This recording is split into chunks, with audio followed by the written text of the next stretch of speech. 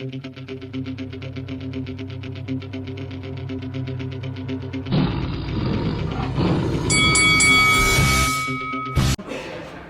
this is Frank Warren and you're watching Lights Out. This is Faisal Khan for Lights Out, proudly sponsored by Spartans Law. We're here at the Wembley Box Park Arena and I'm delighted to be joined by Anis Taj, who takes on Viddal Riley on this Saturday night Sky Sports and Boxers show at the OVO Arena. Firstly, Anis, looking rather dapper today, but how you doing? I'm good, thank you. I'm well, thank you. How are you? I'm alright, thank you very much for asking, Anis. So firstly, training camp preparation, how happy are you with the way things are panning out so far? Best training camp I've had so far. This has been prolonged to a degree. I've known about this fight coming around since November, so everything that we've been doing has been in prep for this fight.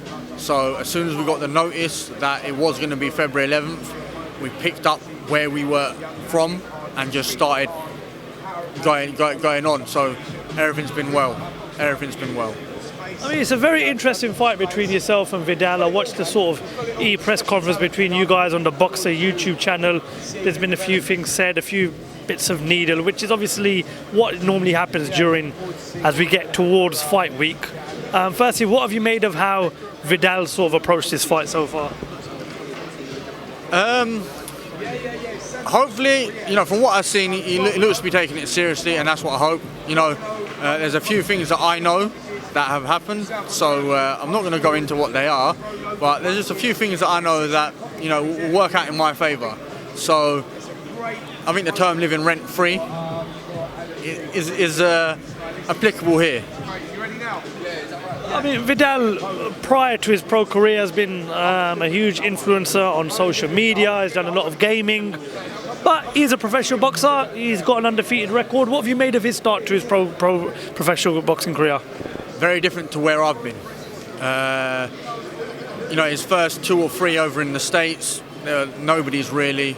But that's boxing. When he come over here, he's built himself a brand. Obviously, him and Boxer, they've joined together. They know what they could do for each other, but Boxer need to protect their investment, so to speak. So the last few fights he's had, I weren't impressed. As I said on the press conference, the E virtual head-to-head. I've not been impressed, and I can see holes and gaps that I know I can exploit, and that's the reason for me taking it. If I didn't think I could win, I wouldn't have taken this fight. I'm not here for money. I'm not here for. I'm here because I know genuinely, especially with how camp's gone, I can beat him. You've got a couple of defeats on your record, but you've bounced back in a very positive way. 2 wins in a row. But what's the difference between yourself and Viddal? Those 2 losses. Let's take away the Boxer tournament. That is what it is, and some stuff was going on. No excuses, as people want to say. I take my losses with gratitude. It is. Thank God for winning. Thank God for losing. Alhamdulillah for everything. So for myself, the loss to Adrian Valentin, that was the hardest pill to swallow as a pro. I was retired from boxing and stuff like that, but being in the trenches with him, knowing what I did right and what I did wrong, watching it back, as much as a hard watch as it was,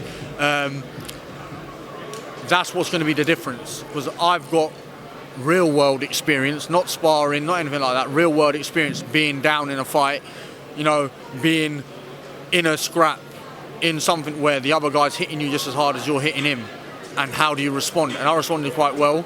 I might have lost the fight, but I come out of that with a few mental brownie points for myself. I mean, excluding what happened in the Boxer tournament, but the defeat in your last defeat, would you say that's sort of going to be the making of you as you move forward in your career? Yeah, defeats never break anyone. Depending on the sort of defeat, it's all about how you take it mentally. It can break you mentally, but it's not going to be. It's going to be something that helps me as a boxer. I don't see anything wrong in it. It makes my record look better because everyone else looks at it. He can lose, and that's what Sky have done. They look at it. He can, and he can be dropped, and he can lose. So that's why it's not so much of a risky fight. If I was 9-0, will it be the same? Would they be wanting Viddal Riley for an East Taj? I don't know. As you mentioned, 9 fights, quite a bit of experience so far right now. Viddal, I believe, has had 7 fights. Do you feel the experience that you've got is going to be too much for him on the night come Saturday? I mean, we both got a lot of experience because we both come from decent amateur backgrounds as well. But I think the time that he's taken away to build his influencer brand, that's going to go against him this week. I've been going. We both turned pro around the same time. So, but I've been going non-stop. Even throughout COVID, he's building his brand. I'm still training. So I think that's going to pay off for me a little bit on Saturday night. A lot of people talk about Viddal, Riley, and they sort of still have him in that category as, you know, the likes of the Jake Pauls and Logan Pauls with the rest of these social media influencers. And I've got to say, you know, he's done what he's had to do so far. I mean, is this an opportunity to show you that, for yourself, to show that social media influencers perhaps aren't on the same level as the guys like yourself that have been doing this for a very long time and that have been doing this on a consistent basis? No, he's not so much a social media boxer. He's not an influencer boxer as to say. He's done that. He's a boxer turned YouTuber. That's what he is. He's not a YouTuber turned boxer. So we've got to give him a little bit of respect to that. But this will show him on Saturday. I will show him that 2 years he took out, whilst it made him some money in his YouTube career and got him some fame, it's not been beneficial for him. But I'm going to take him out on Saturday night. Anis, how does the fight end on Saturday night? I take him out. Within 6, he's getting stopped. I'm break him down. I'll make him hurt, and I'm going to beat him. Then I'm going to knock him out. And he's going to remember who Braveheart is. He's going to remember Anis Taj. Well, we are really looking forward to this fight. It promises to be an exciting fight. Anis, best of luck for Saturday night, and thank you very much for talking to Lights. Thank you.